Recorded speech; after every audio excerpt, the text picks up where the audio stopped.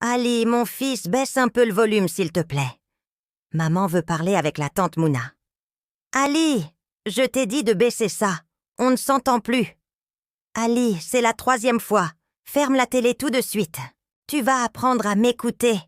Tu ne vas pas devenir un enfant gâté comme tes amis d'ici. Je vais te corriger comme il faut. Je te déteste. Tu n'as pas le droit. Je vais le dire à l'école. Rachel, arrête. S'il te plaît, calme-toi. Ali, va dans ta chambre 2 minutes. Laisse-moi parler à ta maman.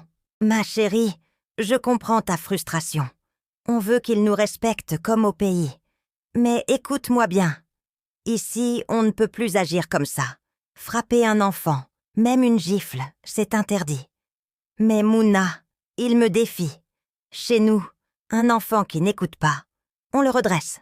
Sinon, il va finir par me marcher sur la tête. Je sais, c'est ce qu'on a connu.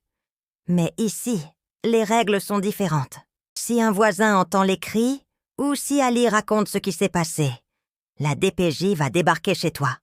Ils peuvent enlever ton fils. Pour 2 gifles? Oui. La loi protège les enfants contre toute forme de violence physique. Ça ne le rendra pas plus respectueux. Ici, on mise sur la communication. S'il n'écoute pas, confisque-lui sa tablette ou prive-le de télé. Mais ne lève jamais la main sur lui.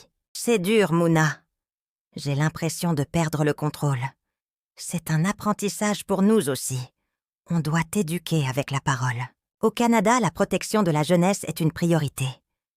La violence physique, même légère, peut entraîner des conséquences juridiques graves pour les parents.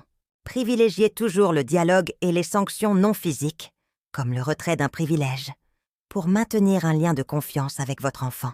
Éduquez avec la parole, pas avec la main, pour protéger votre famille et assurer l'avenir de vos enfants. Ensemble, choisissons la non-violence.